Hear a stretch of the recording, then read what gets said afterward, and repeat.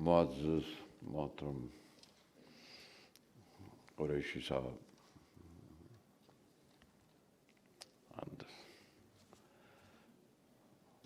جناب کریم صاحب اور دوسرے تمام دوست جو یہاں میرے سامنے بیٹھے ہیں اور میرے ساتھ بیٹھے ہوئے ہیں، بہت بہت مشکور ہوں کہ آپ نے یہ عزت بخشی مجھے، اور یہ جو کام کیا ہے آپ نے عباس صاحب کا، پڑھنے سے پہلے جانتا ہوں کہ یہ کس شخص کے بارے میں ہے۔ ان کی شخصیت کو میں پہچانتا ضرور تھا،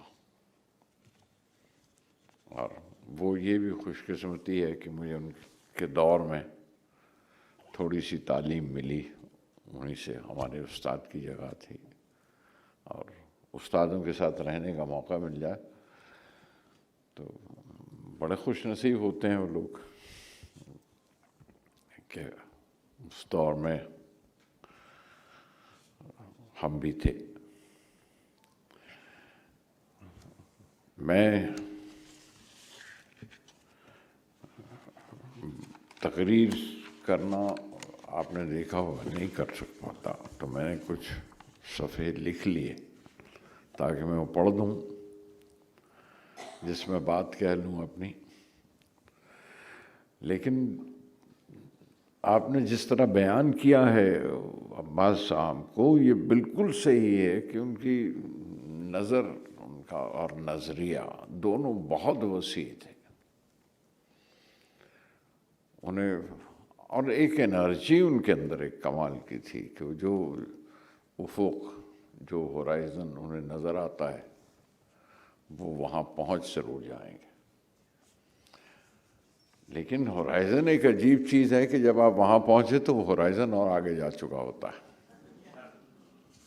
وہ ایک ایسی کوئی لکیر نہیں ہے، مقام نہیں ہے جہاں پہ آپ رک رہے ہیں، اور انہیں وہ کئی افق، کئی ہورائزنز نظر آتے رہے اور وہ چلتے ہی رہے۔ اصل جس طرف نظر جائے اس طرف کا ہورائزن، اور کتنے سارے کام، کیا کچھ نہیں کیا۔ اور پروگریسو موومنٹ کی بنیاد پتہ نہیں کب پڑی، اور وہ تحریک کب بنی، اور وہ کس طرح سے چلی، اور کتنے لوگ شریک ہوئے۔ لیکن یہ کہ وہ ان کی چال اور ان کی دوڑ اور ان کے سفر سے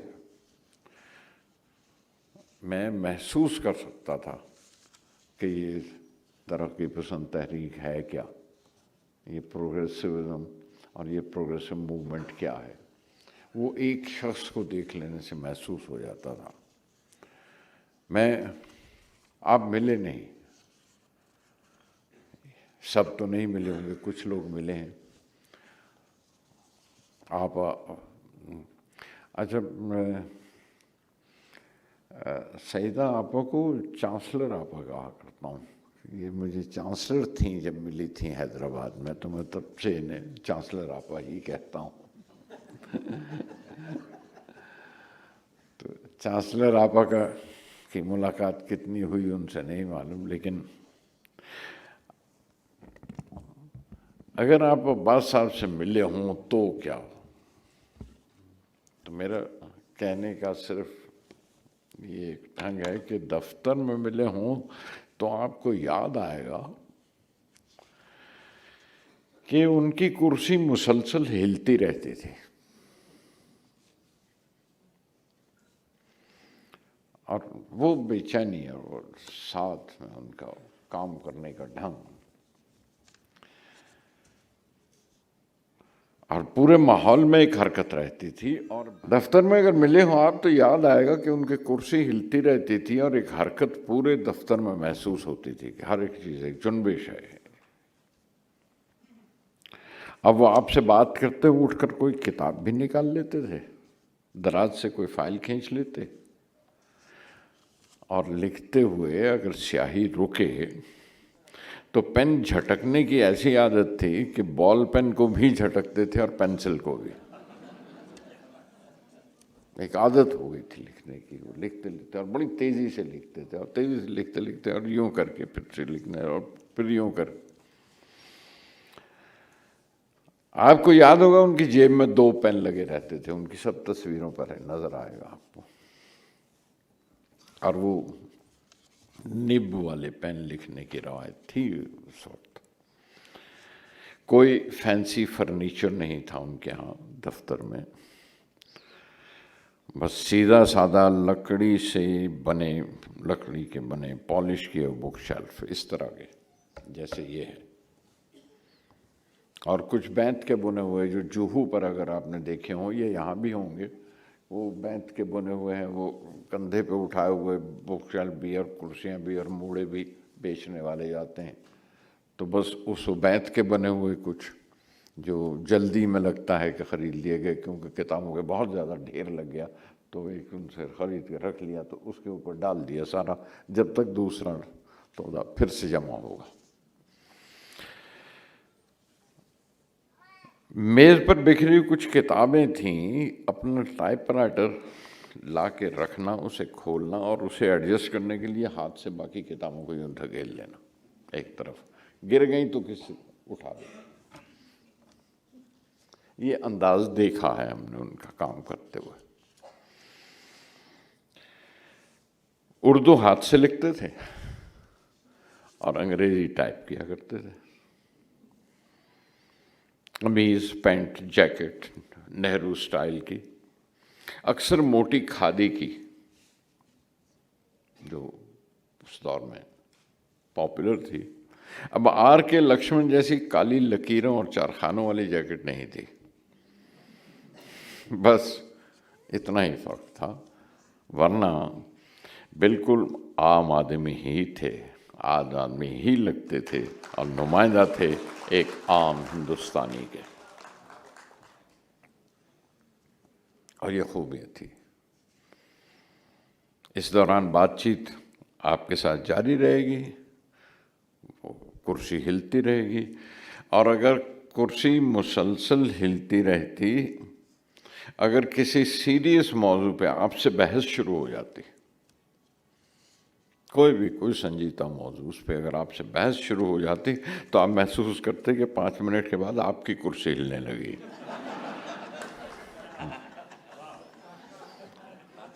اور اس میں ان کی دلیل کی شدت اور ان کی شدت بھری آواز اور لاجک اور دلیل، آواز جیسے جیسے اونچی ہوتی جاتی، ان کی آواز اور پتلی ہوتی جاتی اور شارپ ہو جاتی تھی. وہ کیپٹن تھے، ایک ٹیم کے کیپٹن تھے، ایک لیگ کے کیپٹن تھے، ایک تحریک کے کیپٹن تھے. 50، 60، 70 کی وہ دہائیاں جب ترقی پسند تحریک اپنے عروج پر تھی. عباس صاحب 100% لفظ غور سے سنیے، 100% ٹیسٹڈ کمیونسٹ، جو اکثر اینٹی کمیونسٹ کہلائے، بڑے ٹیسٹڈ کمیونسٹ تھے، لیکن کمیونسٹ پارٹی کے ممبر نہیں تھے، کبھی ممبر نہیں بنے پارٹی کے. اور پھر بھی کمیونسٹ پارٹی کے ساتھ اٹکھیلیاں بہت ہوئی ان کی، اور ان کے بہت سے قصے ہیں اس بارے میں، کیسے بین کر دیا گیا اور کیسے ہٹا دیا گیا، اور کیسے پھر پوری پارٹی نے اور تحریک نے، بلکہ ترقی پسند مصنفین کی انجمن نے معافی مانگی. اور وہ بڑے خوبصورت قصے ہیں، وہ لمبے قصے ہیں، وہ بلکہ میرا خیال ہے اگر کتاب میں ہوں گے تو پڑھیے. ہاں اس میں ہوں گے، وہ سب میں سوچ سکتا ہوں کہ آپ نے جمع کیے ہوں گے، لکھے ہوں گے. وہ بڑے خوبصورت ہیں وہ قصے، کیسے مطلب بجائے ان کے روٹھنے کے اکیلے کے انجمن سے پوری انجمن روٹھ گئی، اور وہ پھر بھی بیٹھے ہوئے، اور انجمن ہی پھر معافی مانگنے آ گئے، اور پھر انجمن ہی نے انہیں منایا بھی. اور وہ ویسے کہ ویسے اپنے کام میں بزی ہیں، مصروف ہیں، انہیں کوئی فرق نہیں پڑا. یہ ایک کمال کا انداز تھا اس شخص کا. اب اور ہم نے تو عمر کے ساتھ ساتھ یہ سب سنی اور سمجھی. اب کمیونسٹ پارٹی کی کلچرل ونگ تھی ایک، PWA اور تھیٹر کا ایک گروپ تھا اپٹا کا, IPTA. عباس صاحب سب جگہ نمایاں نظر آتے تھے. وہ ہم سے بہت سینئر تھے, ہم بالکل جونیئر ہی کی طرح جھک کے ملتے تھے ان سے. ان دنوں میں جانا کہ ان کے قریبی دوست انہیں باچھو کہہ کے بلاتے ہیں. اب یہ باچھو میرا خیال ہے عباس کا لاڈ سے باچھو کہہ کے بلانا عباس سے. وہ شاید باسو ہوتا تو بنگالی ہو جاتے, لیکن وہ باسو نہیں ہوا, باچھو ہو گیا. اور ان کے سارے دوست کرشن جی, زوئے انصاری, اور ان کو سنا ہے میں نے, وہاں میٹنگ میں بھی بیٹھے ہوئے باچھو ہی کہہ کے بلایا کرتے تھے. اور جو اس سے ذرا سے جونیئر تھے اور کم عمر کے تھے وہ باچھو چاچا بھی کہتے تھے انہیں, اور ذکر کرتے ہوئے کہتے کہ باچھو چاچا کیا, باچھو چاچا آ رہے ہیں, یا باچھو چاچا نے یہ منگوایا ہے. تو اس طرح مخاطب ہوا کرتے تھے ان سے. میں ان دنوں میں اندھیری میں جہاں رہتا تھا, وہ کرشن چندر ایک بنگلے میں رہتے تھے, کوور لوائے نام تھا, اس کے اوپر کی منزل پر ساحر صاحب رہتے تھے, اور اس کے کچھ آؤٹ ہاؤسز تھے جو کچھ اسٹرگلرز اس میں رہا کرتے تھے. 3-4 میرے علاوہ بھی اور اسٹرگلرز بھی تھے. اوپر کی منزل پر ساحر صاحب تھے, اور کرشن جی سے ملنے اکثر آتے تھے باچھو چاچا. اور ساحر صاحب ہمیشہ اوپر سے نیچے آ جاتے تھے ملنے کے لیے. یہ بڑوں بزرگوں میں یہ دیکھا ہے کہ انہیں معلوم ہو گیا کہ باچھو چاچا آئے ہیں تو نیچے آئے, اور خبر یہی ہوتی تھی کہ باچھو چاچا آئے. اور کرشن جی, ان کا بہت احترام تھا, بڑی عزت تھی, اور بہت پاپولر تھے اس دور میں. اور پورا دور کرشن چندر کے نام سے ایکچولی محسوس ہوتا ہے جب اردو افسانے کا اتہاس پڑھیں, اردو افسانے کی تاریخ پڑھتے ہیں. تو ان اسٹرگلرز میں ایک شخص تھا رتن بھٹاچاریہ, اور ایک آدمی تھا اومی چوپڑا. اومی کرشن جی کے سب سے چھوٹے بھائی تھے, مہندر ناتھ سے چھوٹے. وہ دونوں رتن بھٹاچاریہ اور اومی یہ عباس صاحب کے ڈائریکشن میں اسسٹنٹ تھے ان کے ساتھ. اچھا, اومی کیونکہ بھائی تھا کرشن جی کا تو بنگلے کے اندر رہتا تھا, ہمارے ساتھ ہی باہر سوتا تھا برآمدے میں, جہاں ہماری چارپائیاں لگی ہوتی تھی, ہمیں سونے کی جگہ ملی ہوئی تھی, اور آؤٹ ہاؤسز میں رہتے تھے ہم. تو اومی کو ذرا سا پریویلیج اتنا تھا کہ بھائی اندر سے گئے, جگ سے پانی لیا, ہم بھی نل سے ہی بھر لیتے تھے, یہ بوتلیں تو نہیں تھیں اس وقت, اور مٹکے بھی رکھ لیے تھے, سرائیاں بھی تھیں اس وقت, اچھی لگتی تھیں, وہ آج بھی اچھی لگتی ہیں دیکھ کر. تو اومی کا بھی جگ سے بھر کے لے آیا, جگ سے اس سے کہا کہ یار ٹھنڈا پانی مٹکے سے لے آنا اندر سے یار. تو اور فریج کا خیال نہیں آیا تھا, لیکن فریج تھے ان کے ہاں. اور سب سے بڑا فائدہ یہ تھا کہ جب کبھی باہر ہمارا اسٹوو اور چائے چینی کم ہو جائے تو وہ زیادہ تر یہی ہوتا تھا, اور کم پڑ ہی جاتا تھا وہ جتنی چائے ہم پیتے تھے. تو اومی سے کہتے تھے اندر جانا, یا اندر سے تھوڑی سی چائے کی پتی لے آنا, تھوڑی سی چینی لے آنا. تو یہی ہوتا تھا کہ بھائی میں دودھ نہیں نکال کے لا سکتا ہوں, بھابھی سے ڈانٹ پڑے گی, تم لوگ بغیر دودھ کے چائے پیو.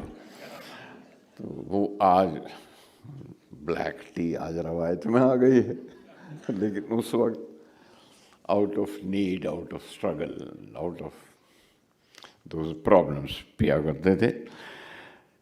جب باچھو چاچا جب آتے تھے تو اومی سے کہتے تھے کہ اندر جانا. کیوں؟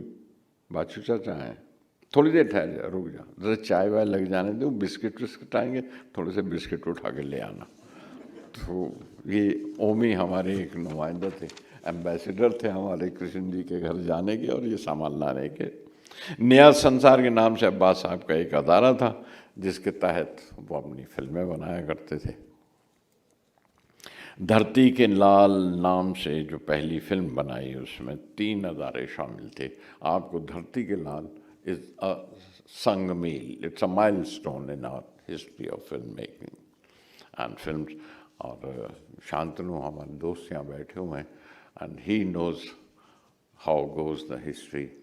جی ہاں جانتا ہوں اور انہیں پتہ ہے کہ کتنی اہم فلم تھی یہ. اور اس میں 3 ادارے تھے, ایک تو ان کا اپنا نیا سنسار اور دوسرے اس کے ساتھ ساتھ اپٹا بھی شامل تھا اور ادے شنکر کا گروپ بھی شامل تھا اس میں. ان کا جو ایک گروپ تھا اور جو ٹریول بھی کرتے تھے فورن میں بھی اس وقت بھی. گاہے بگاہے ان سے بھی ملاقات ہو جاتی تھی. جو ساٹھے صاحب تھے جو مراٹھی کے جرنلسٹ تھے, میں مراٹھی صاحب میں ابھی تک ان کا چہرہ بڑی اچھی طرح سے یاد ہے. اور ان کے کچھ سپانسرز تھے جن سے اشتہار ملتے تھے اپنے میگزین کے لیے, ان سے کچھ نہ کچھ مدد ملتی رہتی تھی. اور وہ قصے سنایا کرتے تھے ہمیں کہ دھرتی کے لال میں فلانی جگہ شوٹنگ کرتے ہوئے کیا ہوا اور اس جگہ کرتے ہوئے کیا ہوا. ان لوگوں کو یاد کرتے ہوئے بہت اچھا لگتا ہے. ویسے وہ پورا منظر سامنے آ جاتا ہے اور اپنے زمانے سے وہ کتنا آگے آگے چل رہے تھے یہ ان کی فلمیں دیکھ کر اندازہ ہوتا ہے. دھرتی کے لال دیکھیے یا دوسری فلمیں دیکھیے جو بنا رہے تھے, سنیمیٹیکلی شاید وہ اتنی پختہ نہیں تھیں کیونکہ اب سنیما سنیمیٹیکلی اور ٹیکنیکلی بہت آگے آ گیا ہے, تو اب مڑ کے دیکھیں تو لگتا ہے. لیکن اس دور میں بھی سنیمیٹیکلی اچھی سنیمیٹک فلمس بن رہی تھیں, لیکن اس میں پرابلم تھا ریسورسز کا. ان کے ریسورسز کم تھے اور وہ وسیلے محدود تھے. مگر موضوعات دیکھیے کہ ہر فلم کے پیچھے ایک ذہین ادیب نظر آتا ہے اور ایک آئیڈیالوجی کھڑی ہوئی نظر آتی ہے. عباس صاحب کی کوئی بھی فلم اٹھا کے دیکھ لیجیے. جو ہمارے ہاں بہت آگے چل کے پیرلل سنیما اور میننگ فل سنیما اور پیپل سنیما کی شروعات ہوئی ہے, میرا خیال ہے اس کی شروعات کہیں عباس صاحب سے جا کے جڑتی ہے, کیونکہ یہ اس طرح کے موضوعات پر فلمیں بنانے والے وہ پہلے شخص تھے.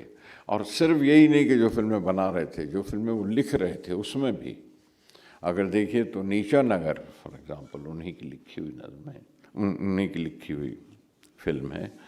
اور جو پہلا ایوارڈ آیا ہے باہر سے غیر ملکی وہ بھی نیچا نگر کو آیا. اس کے بعد دوسرا ایوارڈ آتا ہے بمل رائے, ان کی فلم کو 2 بیگھہ زمین. لیکن اس کے ساتھ ساتھ جو پاپولر سنیما اور عباس صاحب کو لکھا ہوا ہے ان کے موضوعات دیکھیے کہ شری 420 اور آوارہ, ایک سوشلسٹک آئیڈیالوجی وہ سامنے نظر آتی ہے, وہ اس میں بھی چھلکتی ہے, پتہ چلتا ہے. اور کہیں کوئی بینٹ نہیں ہے, کہیں کوئی کمپرومائز نہیں ہے. اگر آپ ان تمام فلموں کا جائزہ لیں کہ وہ بات اپنی ہی کہہ رہے ہیں, بات وہی کہہ رہے ہیں جو عباس صاحب کی شخصیت اور جو عباس صاحب کہنا چاہتے ہیں اور جو عباس صاحب کی آئیڈیالوجی.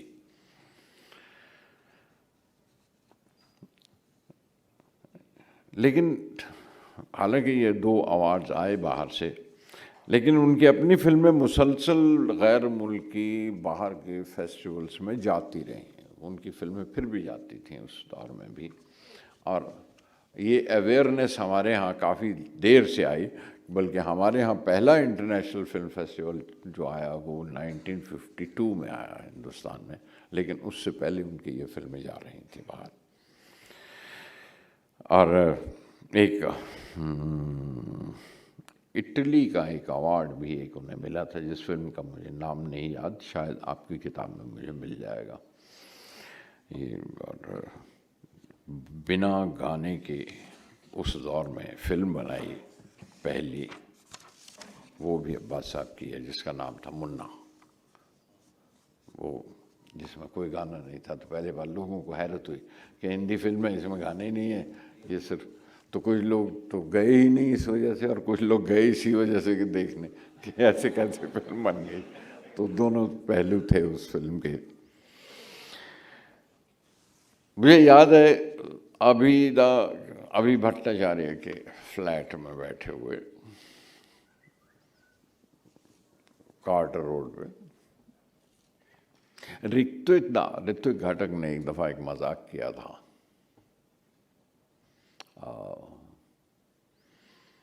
آئے تھے اور وہ آ کے کہا سلیلہ سے کہا تھا، سلیل چودھری سے، کہنے گے تمہارے مارکسسٹ دوست کو میں بھوت کی کہانی بیچ کے آ گیا، مدھومتی.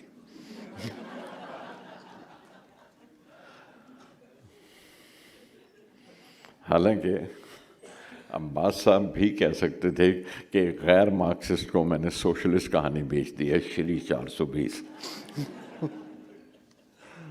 یہ بڑی مزیدار ہے ان کا واقعہ.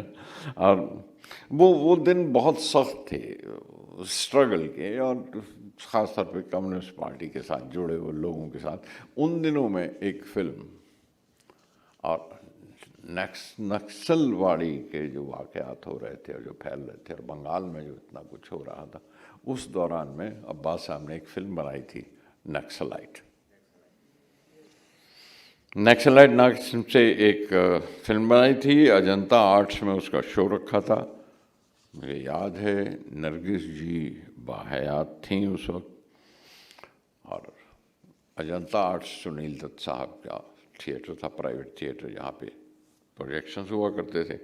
اور ہم تو نوسیکھیوں میں تھے، تو اس لیے موقع لگتے کہیں سے ادھر سے گھس گئے، پیچھے کے دروازے سے آئے، پروجیکشن روم میں کھڑے ہو گئے، دیکھنے لگ گئے. تو سیکھنے کے بہانے تھے، یا ہمارے سیکھنے کے طریقے تھے. تو عباس صاحب نے دکھائی سب کو. کچھ اور شخصیات بھی فلم انڈسٹری سے اس میں شامل تھیں. امپریشن یاد ہے مجھے کہ وہ چاہتے تھے کہ ان سے دستخط کروا کے سینسر بورڈ سے کہا جائے کہ کس طرح اس فلم کو پاس کرنا چاہیے، اسے بین مت کیجیے، اسے روکیے مت. تو بہت سی شخصیات تھیں فلم انڈسٹری کی بڑھ بھی، لیکن کوئی وہ دستخط کرنے کو تیار نہیں تھا اس وقت اس ایپلیکیشن پر. تو اس میں وہ بہانے لگتے ہیں، جیسے کہ ایک کام کرتے ہیں، ایک کمیٹی بنا لیتے ہیں، تو دیکھتے ہیں اس کمیٹی کے ذریعے کچھ کیا جائے، and let us meet over this, and اس پہ ذرا سا بحث کی جائے. عباس صاحب کو بات تھوڑی دیر میں ہی سمجھ آ گئی. انہوں نے بڑے آرام سے پروجیکشن روم سے ڈبے منگوائے، ٹیکسی تھی ان کے پاس، ٹیکسی میں ڈالے اور چلے گئے. اس کے بعد کسی سے کچھ نہیں کہا کہ کوئی دستخط کرے یا نہ کرے، فلم وہی ہوگی، ریلیز ہوگی یا نہیں ہوگی، اس میں کوئی تبدیلی نہیں. That is it shows the mettle of Khawaja Muhammad Abbas, and it shows ان کی جو کنوکشنز ہیں، جو یقین ہیں ان کے، جو اعتماد ہیں ایک آئیڈیالوجی میں، وہ سارے عباس صاحب کے نظر آتے ہیں اس بیہیویئر میں. لکھنے والوں نے لکھا بھی ہے، لیکن ہم اس عمر میں تھے جہاں ہم صرف آبزرور تھے اور سیکھ رہے تھے، اور یہ پتہ چلتا تھا. آج یہ یاد آتا ہے تو بڑے احترام سے نام لیتے ہیں ان کا. اور اس بارے میں انہوں نے کچھ آرٹیکلز بھی لکھے بلٹس میں. خاص طور پہ اگر آپ کو یاد ہو، آر کے کرنجیا کا ایک میگزین تھا اینٹی اسٹیبلشمنٹ کا، اور جس میں 40 سال تک لاسٹ پیج کے نام ہی سے مسلسل عباس صاحب نے لکھا، اور کبھی بھی مس نہیں ہوا. 40 برس ایک کالم اس طرح سے لکھتے رہنا بہت بڑی بات تھی. سوچ کے دیکھیے تو ذرا جو چیزیں میں ذکر کر رہا ہوں جن کا، کہ وہ کتنے فرنٹس پر عباس صاحب اپنے دور کی لڑائی لڑ رہے تھے. وہ تھیٹر میں بھی تھے، اور وہ رائٹنگ میں بھی تھے، وہ افسانے بھی لکھ رہے تھے، اور کہانیاں بھی لکھ رہے تھے، ناول بھی لکھے انہوں نے. اور فلموں میں دیکھا ہم نے کہ چاروں طرف سے گھرا ہوا ہیرو کیسے ایک لاٹھی سے وہ اتنے سارے گنڈوں کو مارتا ہے، لڑتا ہے، اسے اور پینترے لیتا اور پھر اس کے بعد وہ جی جاتا ہے. تو فلموں میں تو یہ دیکھا ہم نے، لیکن زندگی میں ایک قلم سے لڑتا ہوا اتنا بڑا لٹھیت نہیں دیکھا میں. اتنا بڑا لٹھیت تھا وہ، صرف ایک قلم سے لڑتا رہا، جس کا نام ہے خواجہ محمد عباس. اگر آپ انہیں آفس میں ملے ہوتے یا کہیں بھی ملے ہوتے. کالم بھی لکھے، فلمیں بھی لکھیں، بنائے، ناول افسانے بھی لکھے. ان کی ایک کہانی پر مجھے موقع ملا، اچانک نام سے ایک فلم بنانے کا موقع ملا. امپرنٹ میں ایک میگزین تھا جو آر وی پنڈت نکالا کرتے تھے، اور اس میں 13th وکٹم کے نام سے ایک کہانی پبلش ہوئی تھی. میں نے وہ کہانی پڑھی، مجھے بہت اچھی لگی. تو میں نے وہ کہانی، میرے بہت اچھے پروڈیوسر این سی سپی، جن سے مجھے پہلا بریک ملا تھا فلم بنانے کا، انہیں میں نے وہ کہانی سنائی. سپی صاحب کو کہانی بہت پسند آئی. پھر کچھ دن گزر گئے اور پھر ایک دن مجھے دوبارہ آفس میں بلایا. اور جب تک میں اپنی فلم میرے اپنے ان کے ساتھ بنا چکا تھا، پہلی فلم ہو چکی تھی میری ان کی، تو مجھ سے پوچھا کہ عباس صاحب سے کیسے ملا جا سکتا ہے. میں نے بتایا کہ ان کے پاس ہی رہتے ہیں جوہو پر. سپی صاحب عموماً صبح 4 بجے میٹنگ رکھا کرتے تھے ان کے گھر پہ، میری اسکرپٹ سننے کے لیے بھی انہوں نے صبح 4 بجے بلایا تھا. تو مجھ سے کہا کہ کیا صبح مل سکتے ہیں انہیں؟ میں کہا سپی صاحب آپ کے وقت پر ملنا ذرا ٹھیک نہیں، ذرا کوئی شریفانہ وقت بتائیے تو ان سے بات کریں، اپائنٹمنٹ لیں. تو کہنے لگے صبح 7 بجے آ جاؤ، چلتے ہیں، ایک ایڈوانس دے دیتے ہیں، ایڈوانس دے کر کہانی کے رائٹس لے لیتے ہیں، اس کہانی پر فلم ضرور بنائیں گے. میں صبح 7 بجے پہنچا تو معلوم ہوا کہ عباس صاحب ایئرپورٹ پر ہیں، وہ نکل گئے ہیں، وہ دلی جا رہے ہیں. سپی صاحب نے مجھے دیکھا اور نگاہ سے معلوم ہو گیا کہ کہہ رہے تھے کہا تھا نا صبح جلدی اٹھا کرو. سپی صاحب بضد تھے ملنے کے لیے، سو ہم لوگ ایئرپورٹ پر چلے گئے. اس زمانے میں سیکیورٹی کے ایسے حالات نہیں تھے، ہم نے 2 روپے کا ٹکٹ لیا اور اندر چلے گئے، الاؤڈ تھا. سامنے لاؤنج میں عباس صاحب مل گئے. سپی صاحب کو وہ بھی پہچانتے تھے. ہم نے اپنا مقصد ظاہر کیا کہ ہم نے کیوں آئے ہیں، کس لیے. کہنے لگے میں دلی سے آ جاؤں تو ملتا ہوں آپ سے. سپی صاحب نے ایک لفافہ روپوں کا پیش کیا اور کہا کہ یہ بتاؤ ٹوکن رکھ لیجئے، یہ کہانی ہماری ہوئی، بس اسے جیسے شادی کا روکا ہوتا ہے نا تو یہ رکھ لیجئے، بس یہ کر لیجئے. تو عباس صاحب نے بہت اعتراض کیا، لیکن سپی صاحب نے لفافہ ان کے ہاتھوں میں تھما ہی دیا. عباس صاحب ہنس دیے، کہنے لگے کہ پہلی بار دیکھ رہا ہوں، اب کام کرنے پر پروڈیوسر پیسے نہیں دیتے، یہ کام کرنے سے پہلے جو مجھ سے پیسے مل رہے ہیں. اب وہ لفافہ انہوں نے رکھ لیا. تب بتایا کہ وہ کہانی دل ہی تو ہے کے نام سے اردو میں چھپ چکی ہے. اور پھر میری طرف ہاتھ بڑھایا، کہانی تمہاری ہوئی گلزار، ہمیشہ جھک کر آداب سلام کہا کرتا تھا. پہلی بار دونوں ہاتھ بڑھا کر عباس صاحب کا ہاتھ تھاما اور چھوا. وہ میرا پہلا لمس تھا، وہ پہلا واقعہ تھا جب ان کو چھو کے دیکھا تھا ہم نے. اچانک کے نام سے وہ فلم بنائی. عباس صاحب نے تعریف کی، اور شاید آپ کو وہ صفحہ مل جائے اسکرین سے اگر ان کا پرانا ریکارڈ میں ہوگا. وہ اخبار کے سائز کا، ٹائمز کے سائز کا اسکرین میں نکلا کرتا تھا اس زمانے میں. تو اس میں پورا ایک صفحہ عباس صاحب نے اپنی ہی کہانی کی فلم پر تبصرہ لکھا تھا. وہ بڑا خوبصورت تھا. تو وہ اگر آپ کو حاصل ہو سکے تو دیکھیے گا. عباس صاحب سے ملاقاتیں بڑھ گئی ہماری کچھ، اور ایک وقت آیا جب میں لباس نام سے ایک فلم بنا رہا تھا.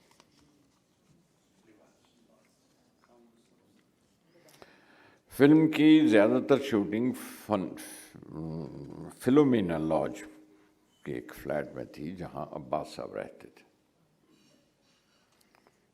عباس صاحب گراؤنڈ فلور پہ رہتے تھے اور میں یہ شوٹنگ چوتھی منزل پر کر رہا تھا. اس میں نصیر تھے، شبانہ کام کر رہے تھے، عباس صاحب گراؤنڈ فلور پر ہی وہیں. اور اوپر کا فلیٹ میرے ایک دوست کا تھا، ایئر انڈیا میں کام کرتے تھے، اردو شاعری سے شغل تھا، صبروال نام تھا، لیکن راہی تخلص بھی رکھتے تھے وہ راہی نام سے. اور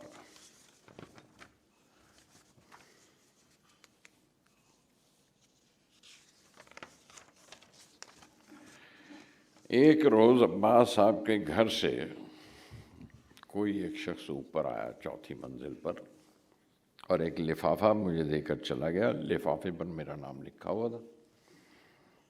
میں نے کھول کر دیکھا تو ایک پرزے پر ایک شعر لکھا تھا: پنس میں گزرتے ہیں جو کوچے سے میرے، کندھا بھی کہاروں کو بدلنے نہیں دیتے.